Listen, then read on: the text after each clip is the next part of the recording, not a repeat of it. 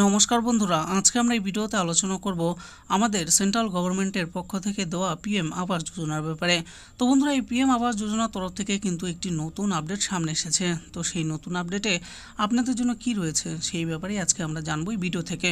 তাহলে আসুন দেখে নিই। দেখুন, বলা হয়েছে পিএম আবাস যোজনা। আবাস যোজনার বিরাট আপডেট। বাড়ি বানানোর জন্য 30 লক্ষ টাকা ভর্তুকিযুক্ত ঋণ দেওয়া হবে। বলা হয়েছে পিএম আবাস যোজনা 2024। প্রধানমন্ত্রী আবাস যোজনা প্রকল্পটি দেশের দরিদ্র শ্রেণীর লোকেদের থাকার জন্য স্থায়ী বাড়ি দেওয়ার উদ্দেশ্যে 2015 সালে চালু করা হয়েছিল। এই প্রকল্পের অধীনে আগামী 5 বছরে আরও 2 কোটি বাড়ি বানানোর লক্ষ্য সরকারের। পিএমএওয়াই প্রকল্পের অধীনে ক্রেডিট লিঙ্ক সাবসিডি স্কিমের ব্যবস্থাও ছিল, যা 2021 সালে বন্ধ করা হয়েছে। তবে এবার আরও শুরু হতে পারে এটি। এই স্কিমটির অধীনে বাড়ি বানানোর জন্য 30 লক্ষ টাকা ভর্তুকিযুক্ত ঋণ দেওয়া হবে বলে মিডিয়া সূত্রে জানা গেছে। এরপরে দেখুন, বলা হয়েছে প্রধানমন্ত্রী আবাস যোজনা। ভারতের যে সমস্ত দরিদ্র শ্রেণীর পরিবারে নিজস্ব বাড়ি নেই বা মাটির তৈরি কাঁচা বাড়িতে বাস করতেন, তাদের নিজস্ব পাকা বাড়ি বানাতে আর্থিক সহায়তা প্রদান করার উদ্দেশ্যে মাননীয় প্রধানমন্ত্রী নরেন্দ্র মোদী 2015 সালে প্রধানমন্ত্রী আবাস যোজনা চালু করেছিলেন। এই প্রকল্পের মধ্যে ভারতের সমস্ত দরিদ্র পরিবারকে নিজস্ব বাড়ি বানানোর জন্য 2 থেকে 3টি কিস্তির মাধ্যমে 1,20,000 টাকা আর্থিক সাহায্য করা হয়।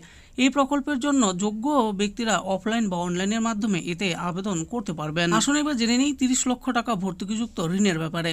প্রধানমন্ত্রী আবাস যোজনার অধীনে ক্রেডিট লিঙ্ক সাবসিডি স্কিম আবার চালু হতে পারে মনে করা হচ্ছে। সিএনবিসি টিভি 18 অনুসারে 35 লাখ টাকা খরচ করে বাড়ি বানানোর ক্ষেত্রে ভর্তুকিযুক্ত ঋণ 30 লক্ষ টাকা পর্যন্ত বাড়ানোর প্রস্তাব করা হচ্ছে। অর্থাৎ কোনো ব্যক্তি যদি মেট্রো বা নন মেট্রো উভয় শহরেই 35 লক্ষ টাকা মূল্যের বাড়ি বানাতে চায়, তাহলে তিনি 30 লক্ষ টাকা পর্যন্ত ভর্তুকিযুক্ত ঋণ নিতে পারেন। এরপরে দেখুন, বলা হয়েছে ক্রেডিট লিঙ্ক সাবসিডি স্কিম আবার চালু হবে। 2021 সালে বন্ধ করা হয়েছিল ক্রেডিট লিঙ্ক সাবসিডি স্কিম। এই স্কিমের মূল উদ্দেশ্য ছিল বাড়ি বানানোর জন্য ভর্তুকিযুক্ত গৃহ ঋণ দেওয়া।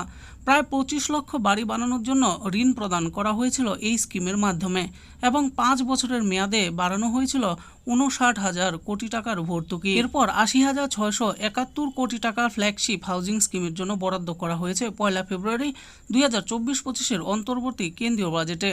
শহরে সাশ্রয়ী মূল্যে বসবাসের জন্য সুদের ভর্তুকি নিয়ে মন্ত্রিসভায় প্রস্তাব পাঠানো হবে বলে জানুয়ারিতে জানিয়েছিলেন আবাসন ও নগর বিষয়ক মন্ত্রী হরদীপ সিং পুরী।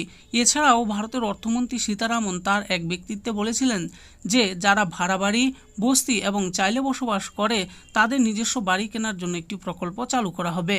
এই কারণে ক্রেডিট লিঙ্ক সাবসিডি স্কিম আবার চালু হতে পারে বলে অনুমান করা হচ্ছে। তো বন্ধুরা, দেখে নিলেন আজকে আমরা এই ভিডিওতে আলোচনা করলাম সেন্ট্রাল গভর্নমেন্টের পক্ষ থেকে পিএম আবাস যোজনার ব্যাপারে যে নতুন আপডেটটি সামনে এসেছে সেই আপডেটের ব্যাপারে। তো মিডিয়া সূত্রে যে আপডেটটি সামনে এসেছে সেই আপডেটের ব্যাপারে বিস্তারিতভাবে এই ভিডিওতে আমি আলোচনা করেছি। আশা করি ভিডিওটি আপনাদের ভালো লেগেছে। আর ভিডিওটি যদি আপনাদের ভালো লেগে থাকে তাহলে অবশ্যই একটি লাইক করবেন। আরও এরকম নিত্য নতুন স্কিম আপডেট সম্পর্কে জানার জন্য আমাদের এই চ্যানেল গভর্নমেন্ট স্কিম প্রো চ্যানেলটিকে অবশ্যই সাবস্ক্রাইব করবেন। আর এই ভিডিওটি দেখার জন্য আপনাদের সকলকে অসংখ্য ধন্যবাদ।